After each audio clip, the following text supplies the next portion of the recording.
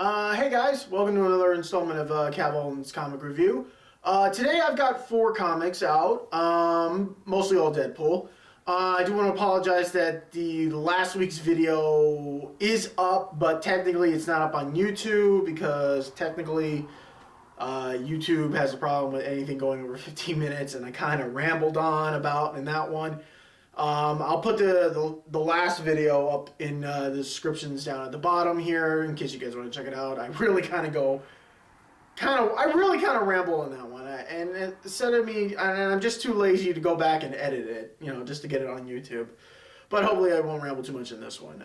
We have 4 comics today. One of them being SpiderMan, 655, and then the rest is all Deadpool with Deadpool. Team up, 884. Yes. And then we have the, let's see here, Deadpool core number 11. And then we also have Deadpool number 33 out. So pretty much, I want to really talk about the latest Spider-Man. I really like this comic. This was a really good one. Pretty much, the first half of the comic, nobody is saying a word. There isn't any... There is not a single speech bubble. There is not any dialogue at all. Like, for the first half of the comic, it is complete silence.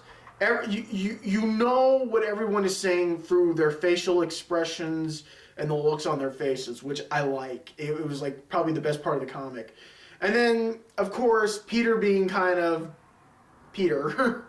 Peter's being basically Peter. Peter feels guilty because J. Jonah Jameson's wife was caught in the crossfire of the battling in the last 2 comics and had recently died.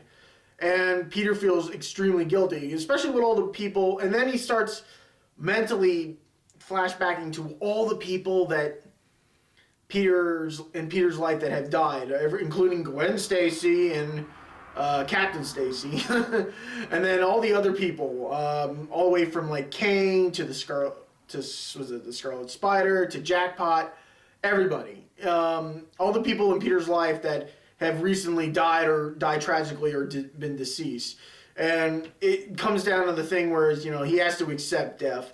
And one of the points is he's like, I could have stopped this. This is my fault. I could have prevented this, but he feels extremely guilty and in remorse for this. And he kind of questions, can he go that far? Can he do what he's never done before? Can he take life to protect life, basically? And one of the things I liked is that during a scene where he's going through a crowd of people that are all the people in his life that are dead, he runs into, Charlie. I can't remember her last name. She was a friend of Wolverine, basically running into the only person that Peter has ever killed. And I like that part. And then going back to the famous I can't get the word out of my mouth. The famous scene of the death of Gwen Stacy and the death of the Green Goblin. And it's funny.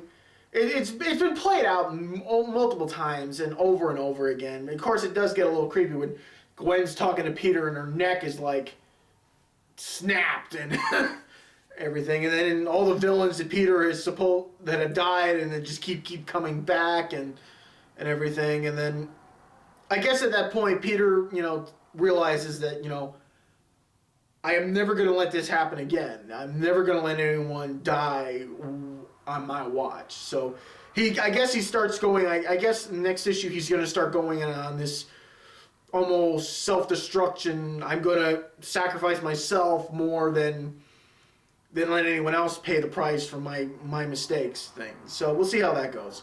Next issue, Deadpool team up 884. I will say this was a lot better. So team up is still going to hold on. I'm still going to collect team up for maybe one more issue, hopefully the next issue. This is kind of a little funny in a way, but the Watcher, I guess, kind of points out a kind of thing that most of us have been kind of worried about, that Deadpool getting overexposure. Because there's a scene where he's like pointing out all the issues of Deadpool that are out there, and even some of them are a little bizarre and funny and well. And I guess in a way, I guess he's pointing out kind of like, hey, is Deadpool getting a little overexposed? And that's something I'm also a little concerned about, as well as a few other readers of Deadpool. But, we think, until we get the movie, I guess, we're going to pump out as much Deadpool as we can. Basically, I guess for some apparent reason, the Watcher starts following Deadpool. While this was actually nice, Deadpool's inner voices sort of try to take control of the situation and trying to help Wade on a mission, or actually give Wade a mission. And it's kind of funny, but the Watcher's there, and he's like, I can't, listen, technically I can't interfere, but I'm here. I have to observe, but I can't interfere. Is like, even though technically he's done numerous times before. And it's a little funny, and so much of the fact of the matter is that, the Watcher does interfere, and it is kind of funny, and I did enjoy the book. So basically, Team Up I'm still gonna collect Team Up. Hopefully the next issue will be better since we had the Watcher, and then hopefully in the next issue will be better, since it's kind of funny that they would put the next guy he's teaming up with in it, since if you were playing Marvel vs. Capcom, you probably get what I'm saying. Deadpool Team Up number 11 with Core. No, not Team Up. Deadpool Core number 11. Let's, get my head around, people. I gotta get my head straight. Surprisingly enough, I like the issue. It's badly this is gonna be, there's only one issue left, so hopefully they'll go out with a nice little finale. And, I think the best part of the whole book is, Deadpool being Deadpool, but the best part of the whole book is the ultimate cat fight! Basically, it's round 2 with Lady Deadpool and Smurfette. And, I just call her Smurfette because, when I see a blue girl, I'm thinking Smurfette. Don't ask me why, I just do. So basically, it's pretty much it's a fight. I mean, I kept expecting to hear the Mortal Kombat theme music go off, like, dun-dun-dun-dun, and then, like, hear cat fight sounds going off in the background while these two are fighting, and I think that's probably the best part of the whole book. So, basically, the Core puts a fast one on everybody, and hopefully the last issue will be good, because it's going to be the last issue in the series, so we'll see how that goes. I really did like Core, I'm sad to see it go, but hopefully when the new issue, was it Deadpool Family, comes out, hopefully we'll get something kind of cool with that. We'll see how that goes. Now for Deadpool, why do I keep forgetting the numbers? Deadpool 33. In the last issue of Deadpool, I never got to comment on it, because I was so swamped with stuff. I basically wanted to say that Deadpool took on a Mexican jalapeno bounty hunter from outer space. And I guess for some apparent reason, he wanted to, I can't remember the whole issue, I have to go back and read it. I guess basically enough, he found out that Deadpool was like the best of the best, and I guess he wanted to take on the best. And of course Deadpool manages to outbeat him. So much to the point that Deadpool takes his space hoopty and starts going into outer space to try to make himself more well-known out there in space, since technically he's a little surprised that people in space know who he is.